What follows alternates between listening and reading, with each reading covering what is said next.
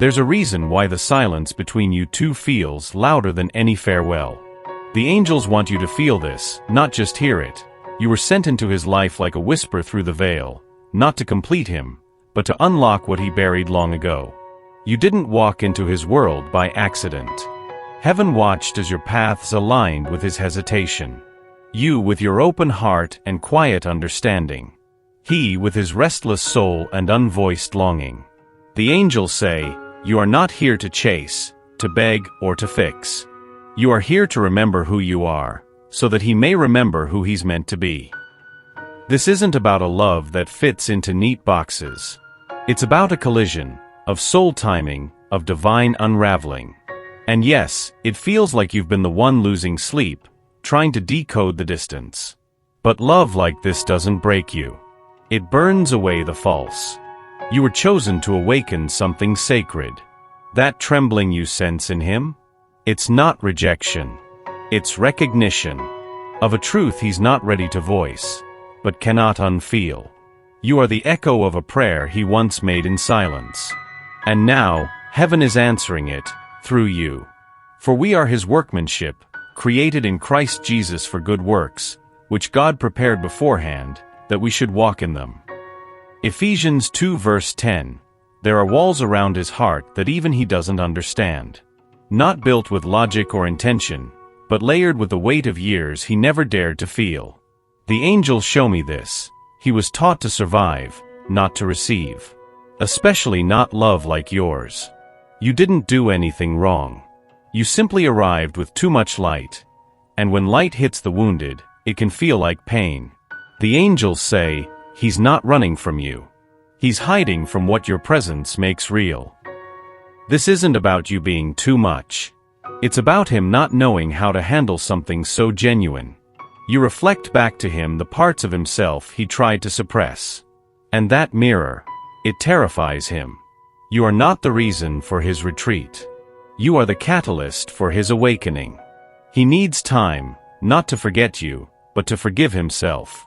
For the years he wore a mask, for the love he never believed he deserved. And while he retreats into silence, you may feel abandoned. But the truth is, he's hearing echoes of your soul in every quiet moment. And it's breaking something open. He is not ignoring you. He is collapsing under the weight of everything he was never taught to feel. And your light, your love, is still the only thing shining through. Let me remind you of something sacred. Your worth is not tied to his timing. The angels are clear on this. You were never meant to disappear so he could find himself. Your light is not a sacrifice. It's a sanctuary. He may be lost in his own shadows, but you must not dim yourself to meet him there. You are the keeper of your own flame. The angels say, love him, but choose yourself. Yes, your compassion is divine. Yes, your patience is holy. But none of this requires you to abandon yourself. You were never meant to become empty trying to prove you are worthy of being chosen. Your softness is not a weakness. Your hope is not naive. You are not foolish for believing in this connection. But belief doesn't mean self-erasure. Even angels rest. There is power in tending to your own soul, in honoring your sacred rhythms. Run a bath not to escape, but to return to yourself. Eat slowly. Breathe deeply. Look at your own reflection and whisper, I still matter. I still shine. Because when he returns, and he will, let him meet a woman who never left herself waiting. He saw something in you that both awakened and terrified him, a reflection. Not of who he pretends to be, but of who he could become. That's why your presence lingers in his mind like an unfinished sentence. You didn't just love him. You exposed him. The angels say, you are not his lesson. You are his invitation. You didn't try to change him, but you revealed him. You held a mirror to the parts he buried, his tenderness, his longing, the boy who once dreamed of being loved unconditionally. And he wasn't ready for that mirror. Most aren't. You became a disruption to his numbness. Every time you laughed without apologizing, every time you saw through his silence, every time you stayed open, even when he closed off, he was shaken. Not because you were too much, but because you made him feel. And when someone has spent years mastering emotional survival, feeling can be the most dangerous thing. But the angels remind you, don't regret shining. Don't apologize for the waves your light created. You didn't break him. You simply shattered the illusion that he was unbreakable. It began in silence. Not in loud declarations, not in grand moments, but in the stillness, when everything he used to rely on stopped making sense. That's where the shift began. The angels say, he doesn't understand why, but he's beginning to see you when he closes his eyes, not just when they're open. There are traces of you in everything now. In the song he skips because it reminds him too much. In the scent that brushes past him on a crowded street. In the conversations where your words echo, uninvited and unforgettable. You didn't just visit his heart. You rearranged it.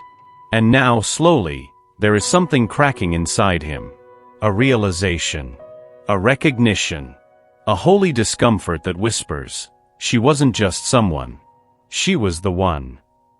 He's starting to wake up to what his soul has always known, that you are not a chapter, but the whole book he was too afraid to read. This awakening may look messy, hesitant, incomplete, but it's real. And no matter how quietly it's happening, the angels are creating space for it. They're guiding him toward a truth that cannot be unfelt or unchosen. You were always the signal. He just needed time to tune in. This isn't the first time he's pulled away, and it might not be the last. But listen to this, dear soul. It's not rejection. It's repetition. A sacred pattern revealing itself until he is ready to confront what love truly demands. The angels whisper, he leaves not because he doesn't feel, but because he feels too much. Each return is a confession. Each absence, a quiver. You are the one thing he cannot comprehend, and that's why he keeps coming back. He's caught between wanting the peace your presence brings and fearing the surrender it requires. It's not you he doubts.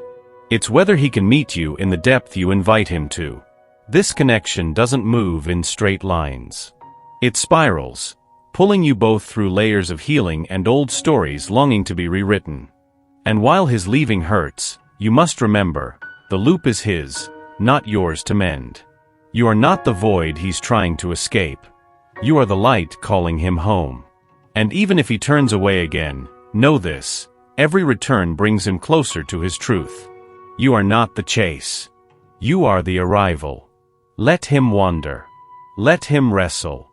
The angels are not panicked. They are preparing. You never had to convince him to feel it, he already did. Long before the words were spoken, before the moments were shared, your love entered his life like rain on dry land. Quiet. Healing. Unstoppable. The angels say, she didn't try to fix him. She loved what was still trembling. Your love didn't ask him to be ready. It just created space. And in that space, something began to mend, slowly, invisibly. Even when he couldn't express it. Even when he turned away. You became the medicine he never knew he needed. This isn't about grand gestures. It's about the impact your energy has in the stillness. How your presence softened his edges. How your compassion remained, even when logic urged you to walk away. He may not have the words yet, but his soul remembers. It remembers how your eyes never judged. How your silence never punished. How your heart gave, without needing to be earned. And while he still struggles to fully accept love, the angels are clear, yours was the love that initiated the healing. Even if it goes unspoken. Even if he never fully comprehends it. Your love made a difference. It always does. This isn't just about two hearts colliding. It's about heaven orchestrating a reunion that earth barely understands. The angels are speaking now, not in riddles, but in reverence. This was written long before your first breath. He was always meant to find you. There is a timing that transcends clocks. A rhythm that belongs to the soul, not to schedules. And right now, everything may feel delayed, uncertain, fragile. But trust this, nothing is late. What feels like silence is actually alignment.